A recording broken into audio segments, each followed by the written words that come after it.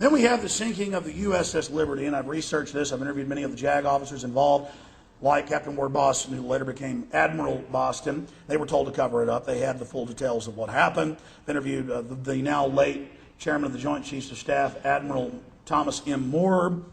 I have also, of course, interviewed many of the other admirals that were involved there, and I've talked to the admirals. Admiral Geist, who's now late as well, many years ago. But it's on the record. They filed public reports. They've delivered these to Congress that LBJ, well, I'm sure most of you know about the USS Liberty, but for those watching in TV land, let me boil that down. 1967, Six-Day War.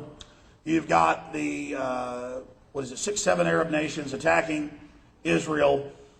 And Israel's already basically won 5 days into it, okay, with superior weapons.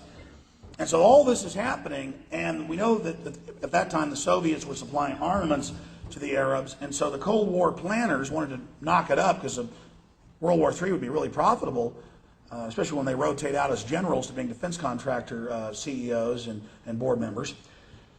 And they wanted to go to war with the Soviets. The prize wasn't just Egypt and that populous nation in the region. So this is the neocon plan back then. They just weren't called neocons. And so LBJ took specific special control through his office in McNamara, and they parked the USS Liberty right there in the Mediterranean, 14 miles off the northern coast of Israel / Egypt.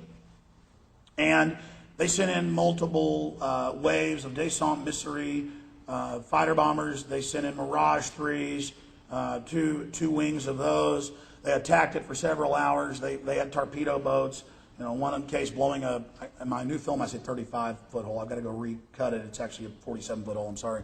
They blow it through there. The captain's got a life vest on, strapping his intestines in, delivering morphine to himself, staying at the bridge. And they call the carrier, Admiral Geist, we're under attack, because the first thing the Israelis did was shoot up all the antennas and all the control systems. And they had unmarked planes, precision type activities, unmarked aircraft. So all of this happens. They call, guys, help us. We're under attack. We're being engaged by torpedo boats and bombers and fighters, and we need your help. And they're locking down bulkheads, and it's burning, and people are dying, and they're strafing lifeboats against the Geneva Convention and all rules of war and common sense and decency. Because they had to kill everybody. And McNamara comes on and says, you will not launch a wing. We're not going to do that. And the admiral ignores it, and they go ahead and launch the wings. They're not calling them back. They've been launched. And then all of a sudden, over the radio line comes the telephone call, patched in. It's the president. I want that goddamn ship going to the bottom. That's a quote. I want that goddamn ship going to the bottom. So if you think the government cares about any of you, these are their military. These are their servants. The Russian trawling ship, spy ship, pulls up. It's witnessing the commando troops coming in on the helicopters now. The commandos are coming in. They're coming in to kill everybody. They're going to put special forces on the boat. They're going to kill everybody. And they see the Russians. The Russians are filming all of this. They back off. They fly off, and they come. But still the carriers don't help them. The ship has to limp. They're hoping it sinks. Oh, if it gets to be night, we can still send the commandos in. We're not going to help them yet. Maybe we can still kill them. And so that happens. And I don't even blame Israel for this. Obviously, Israel's a client state of the globalists, like most other Western nations. People who say it's just Israel, and there's certainly a party to it, just like a street soldier on the ground takes an order from a Don, who gives an order to a capo, who gives it to the street thug to carry out a murder, to carry out a robbery.